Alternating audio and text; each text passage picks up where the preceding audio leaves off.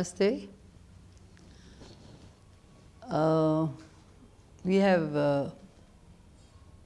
We are studying for the master's course in dance, Bharatanatyam, and you all have learned, experienced, heard this word called choreography so often.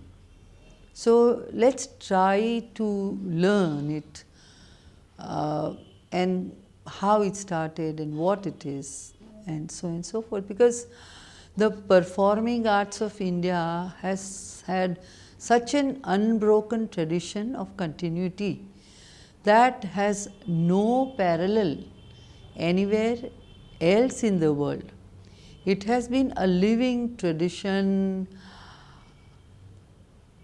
for in the history and of the world arts, a tradition that never became obsolete or went into oblivion because of its capability to adapt, change and evolve.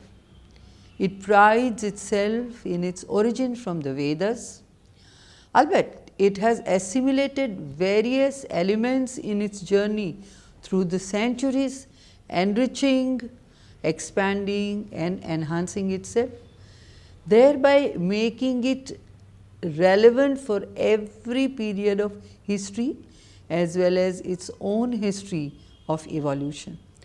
This was possible because of the innate talent of the Indian masters of performing arts to create new concepts and patterns of presentation to please the mental makeup of various types of societies in the different periods of history.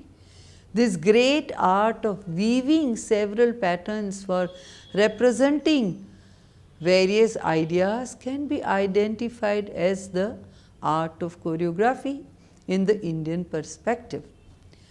Etymology of choreography, let's see into that. The word choreography belongs to terminology used in the Western dance, particularly in classical ballet, gymnastic, figure skating, modern dance. The etymological meaning of choreography is derived from Greek kroia, the dancing in unison, from chorus meaning group, choral circular dance. Graphy literally means writing. It was taken to represent art of notating the dance movements planned for a sequence to be performed by a group of artists accompanied by music. This music was also notated and rendered by an equally big, if not bigger, group of musicians.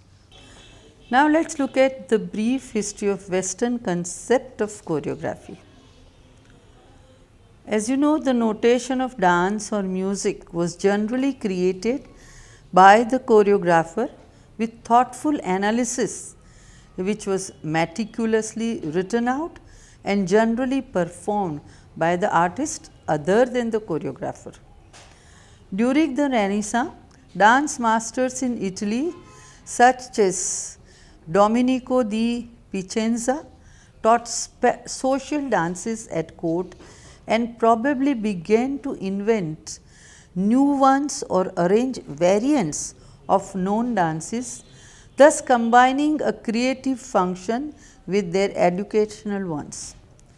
Stage ballets employed the same steps and movements as social dances and differed from it principally in floor arrangements and visual projection. In the 16th century, dance masters at the French court so organized the floor patterns and theatrical and artistic context of their social dances as to initiate a choreographic form, the ballet de corps. In the first 2 centuries that followed, the gap between the social dance and theatrical dance widened until ballet in the 19th century achieved a basically independent vocabulary.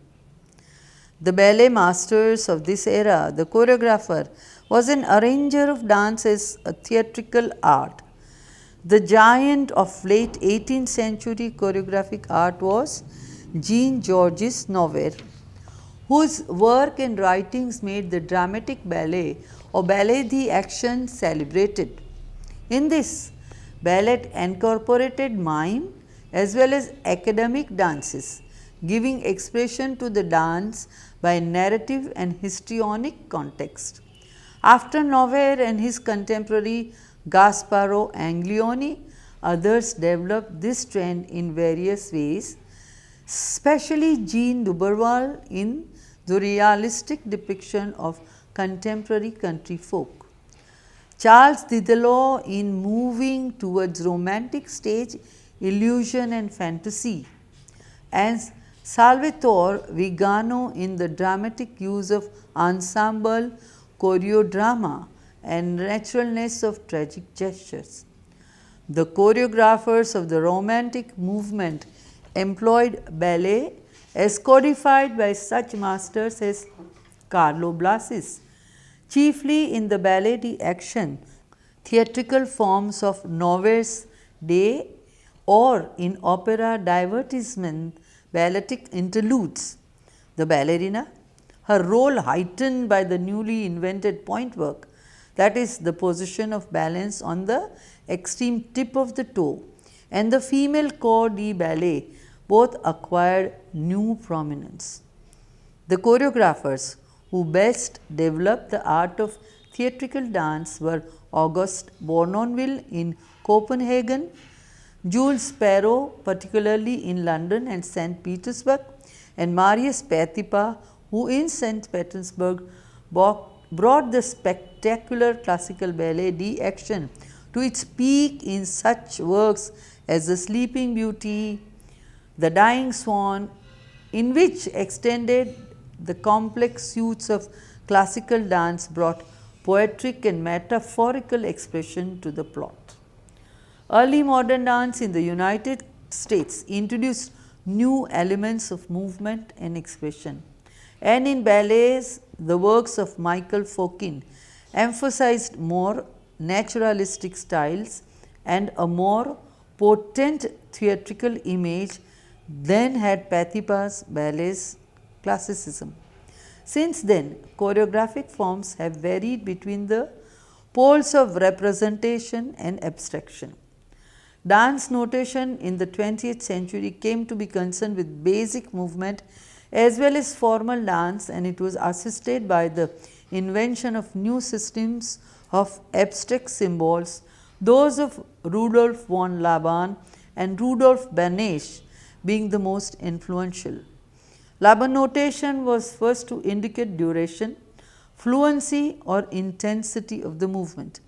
Today, these systems and others continue to evolve rapidly, amplified by the video, the film and the computer IT technology. Choreography evolved no less rapidly. Methods of composition vary radically. Some choreographers using their dancers' improvisations as raw material, others devising every movement prior to rehearsal. Merce Cunningham radically changed the context for choreography in his attitude to music and decor as coincidental rather than collaborative or supportive to dance. In his employment of chance methods in dance composition and organization, and in his use of non-theatrical performance space, Merce Cunningham stood special. Cunningham, George Balanchine and Sir Frederick Ashton became the leading exponents of classical or abstract dance, but the later two, like Martha Graham, Leonard Massine, Jeremy Robbins and others, also produced major representational works of choreography. The only absolute rules in choreography today are that it should impose order upon dance beyond the level of pure improvisation, and that it should shape dance in the 3 dimension of space and the 4th dimension of time, as well as according to the potential of the human body. In the 17th and 18th century, it did indeed mean the written record of dances, that is, the dance notation. However, in the 19th and 20th century, the meaning changed a bit and came to be universally accepted to represent the visual aspect of the design patterns of dance, gymnastic, figure skating. Choreography came to be understood as the art of creating and arranging dances, the practice of designing sequences of movements, planning and arranging movements, steps and patterns of dancers. Today, fashion shows, launch of products and such other presentations are referred to as being choreographed, the word itself assuming a wider range of interpretations. These all ideas must be making you wonder and drift to make you understand what choreography is, and then this is all that we are talking in to the Western dance as we understand. But now let us try to understand choreography in the ancient Indian and performing arts as today. The Natya Shastra ascribed to Bharata Muni is the earliest extant literature in the world on the art of dramaturgy. This compendious treatise is the fountainhead for all arts. Bharata has given an exhaustive structure of grammar for the language of artistic communication through theatrical presentation of the world, which is in its holistic version he terms as Natya. Under this canopy is brought drama, dance, music both vocal and instrumental, theatre building, linguistics, handicrafts and above all the whole gamut of human emotions experienced by the performer and the spectator. By following Bharata's instructions on Natya, one is constantly applying the technique of choreography according to its present meaning of visual patterns of movements with music. In the 6th chapter of Natya Shastra, which expounds the theory of rasa, Bharata encapsulates the 11 basic elements governing the art of choreography in Natya thus: Rasa, Bhava, Abhinayah, Dharmi, Vritti, Pravrittihi, Siddhi, Swaras tatha, Dhyoyam, Gana, Rangascha, Sangraha.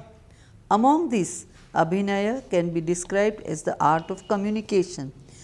This has been classified under 4 heads. You know them, right? What are the 4? Right. Angika, Abhinaya, Vachika, Satvika and Aharya.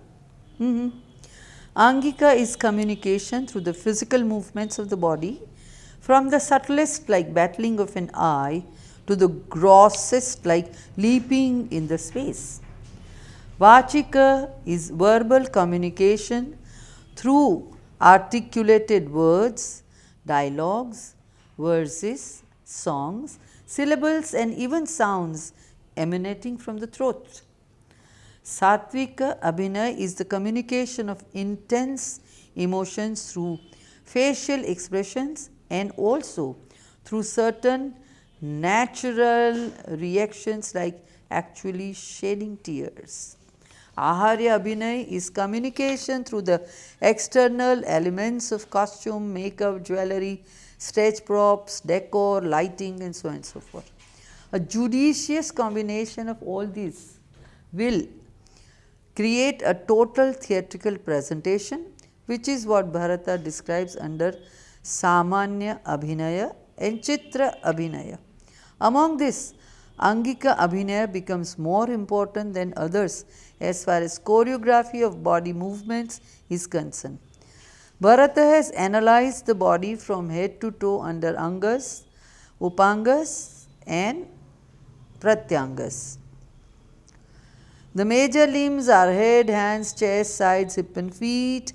The Mukhaja, Upangas are eyes, eyebrows, nostrils, lips, chinchil, eyelid and eyeballs. The Sharira Upangas are neck, shoulders, belly, thighs, and shanks. He has prescribed movements of every limb to be practiced as exercises. The basic unit of dance movement is a Nritta Karana. There are 108 Karanas codified in the 4th chapter of Natya Shastra. These are made of sthanas, charis, and nritta. The static postures of body are referred to as sthana. Movement of this again we are trying to remind and revive you with definitions which we have already done in the earlier chapters of Natya Shastra. So, the movements of the leg involving the entire leg are referred to as charis, which may be bhuchari, where the both feet are constantly on the ground, or akashachari, where one foot is constantly lifted in the air. The nritta hastas are movements of the entire arm, which are often used for vakyartha abhinaya. These nritta karnas are embellished with such subtle movements known as rechakas, which give graceful fluidity to the movements.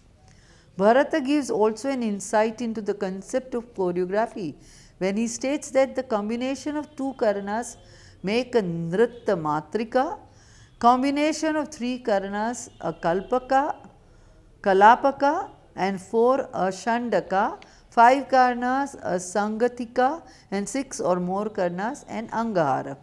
These angaharas are used to create pindibandha or the group formations. Now, let us go to the pindibandha. The pindibandhas reveal tremendous scope for choreography. A group formation like a chain is termed shrinkala. A group clustered like a lump bringing out a theme is called pindi, like a mayura pindi for Kartikeya. A net like formation is termed jalaka, and when two different types of group formations used to represent a concept, it is bhedyaka. Though this kind of structure is given, he stresses the importance of creativity and originality in the presentation. It is very clear that tremendous scope was given for manodharma or expression of one's own perspective of the subject. Several charis are used to depict fight sequences where the arrangement of movements is entirely left to the imagination of the choreographer. Mandalas are units of body movements prescribed for the choreography of fight sequences in a theatrical presentation. There are bhumandalas and akasha mandalas. Here again he gives a basic framework which has to be deftly manipulated by the choreographer according to the situation, using the right kind of music and rhythm to create the desired effect. Again, in the creation of a Purvaranga, it is indeed amazing the variety in choreography that Bharata suggests. He has even specified what kind of music and the tala should be used to present a Chitra Purva Ranga. One by one, the nati or the female dancer are to perform and exit.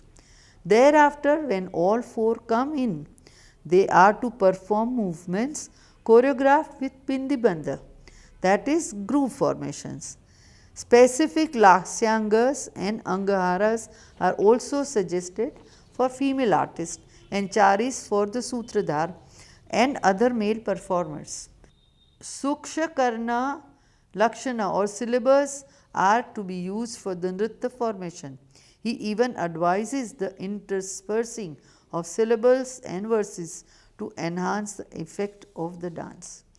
Can you imagine if someone has to study Natya Shastra and create what is all given in that? How many lives will go? So, apart from Natya Shastra, let us go further. Several texts on performing arts that followed it have codified many more concepts of choreography prevalent during their own time period. Now, let us look at the choreography in Bharatanatyam. What does it mean? How does it translate?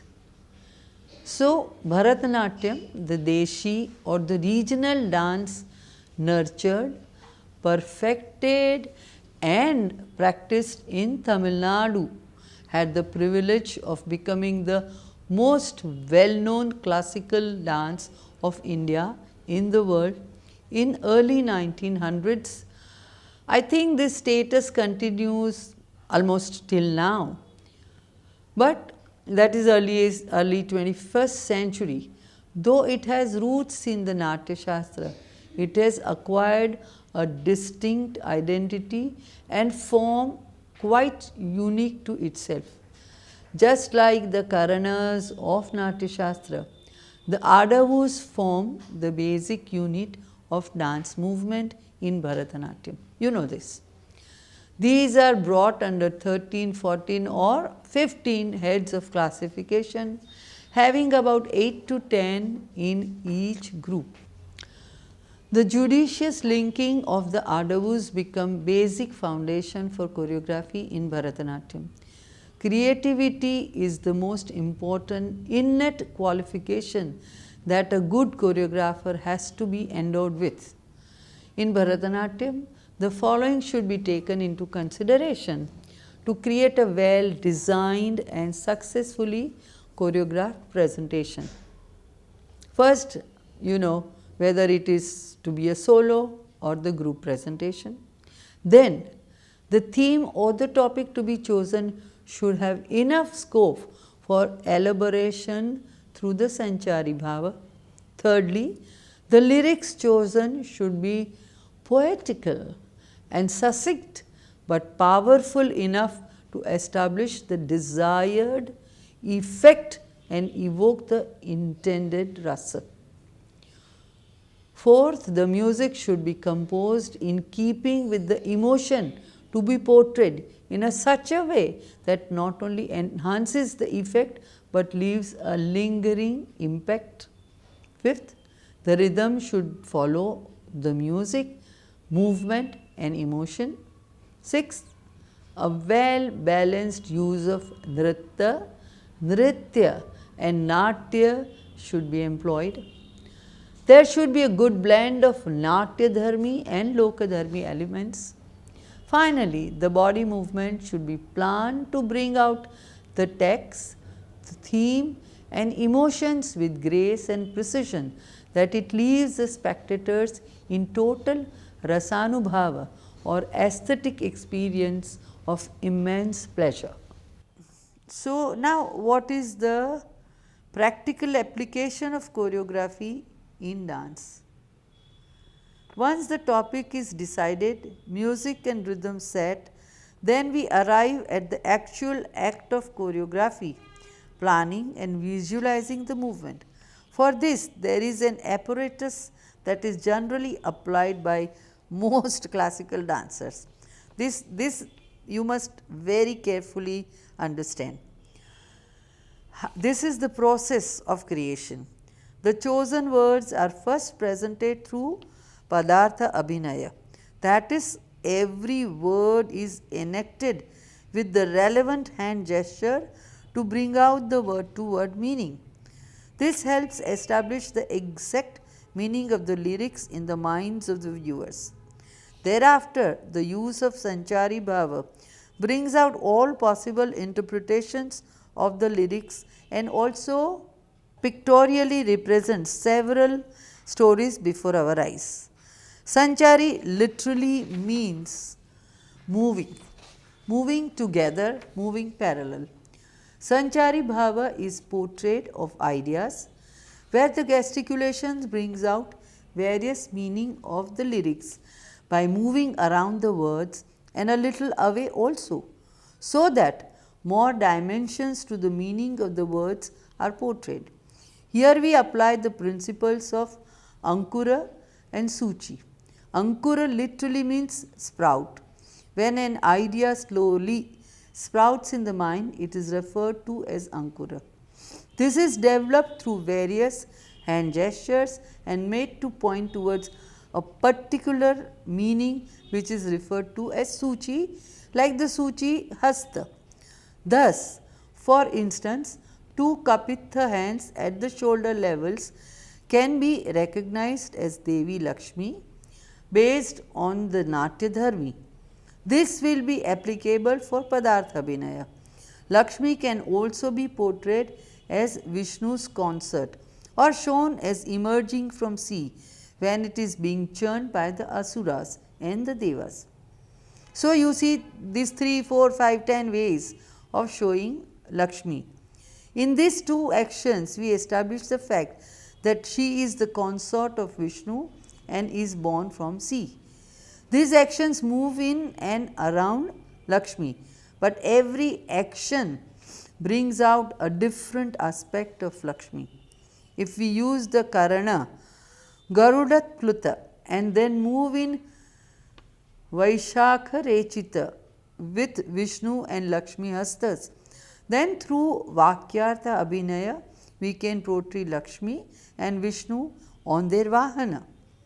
An entire story can be unfurled in the same way, showing the episodes of the Samudra Manthana, at the end of which can be shown Lakshmi emerging seated on a lotus. The choreography of the Samavakara Rupaka can be brought out through this episode. These can be achieved only if there is thorough knowledge of all Angas and Upangas and their application or Viniyoga. Most of what has been explained here or what we are talking here is used for solo or group choreography, but a thorough and sound knowledge as of all the Angas and the Anga, Upanga, Pratyanga, their Viniyoga and an active aesthetic imagination is absolutely a must to create and choreograph. Now, how do we go into the group or ensemble and which is based only on rhythm, and how do you do that choreography? The most sought after and appealing are guru presentation based only on rhythm. This may be performed for recited or sung syllables, only instrumental music, or even just the percussion instruments. The choreographer's strength lies in the thorough understanding of Laya and Tala and all its ramifications, permutations and combinations. The way the floor patterns are created by the group can enhance the presentation to an extent that the rhythmic patterns become visual. The various jatis can be shown by the number of artists representing the aksharas of the jati while doing the footwork of that particular jati. Even the costume should be so designed as to represent certain rhythmic groups. Even the lighting can follow the rhythm. So, the command of rhythm, command of tala and laya, and of course, the command of adavuds as we do in Bharatanatyam, and how do you mix and match and vary the speeds and tempos in the specific given music is a challenge. And then we go from the solo to the dance dramas. So, what does one do as a choreography in dance dramas? In basically the theme, the storyline to follow and its duration play an important part in the presentation of dance dramas. All the points mentioned for general choreography have to be followed: planning the music, both vocal and instrumental, rhythm, variations for the different moods, body movements, both the lasya and tandava aspect with a balanced blend of lokadharmi and natyadharmi, brief interludes of dialogue, appropriate costumes, stage decor and sophisticated use of lighting become the greatest responsibility of the choreographer for total success of the production. The ultimate goal should be to establish the right rasa in the spectacle in such a way that it not only entertaining but also educative and enlightening. In conclusion, we can say the art of choreography is inbuilt in the technique given in our ancient treatise. It has been tried, tasted, added on, enhanced and has reached its zenith by adopting many variants as it moved along through the centuries. The Indian artist has assimilated all that appeal as beautiful from other cultures too, thereby enriching our own cultural heritage. The word choreography, though borrowed from Western culture, has come to stay, universally identified as the art of creating neatly patterned, well planned visual presentations. One who is at the threshold of a dance career should be conscious of the need to know the art of choreography, its importance in sustaining the spectator's interest and making the performance a great and grand success. So, for you all, as you are now embarking within this year or maybe next in the performing career of dance, choreography will remain a very important thing to know, to understand and to master. Thank you. Namaste.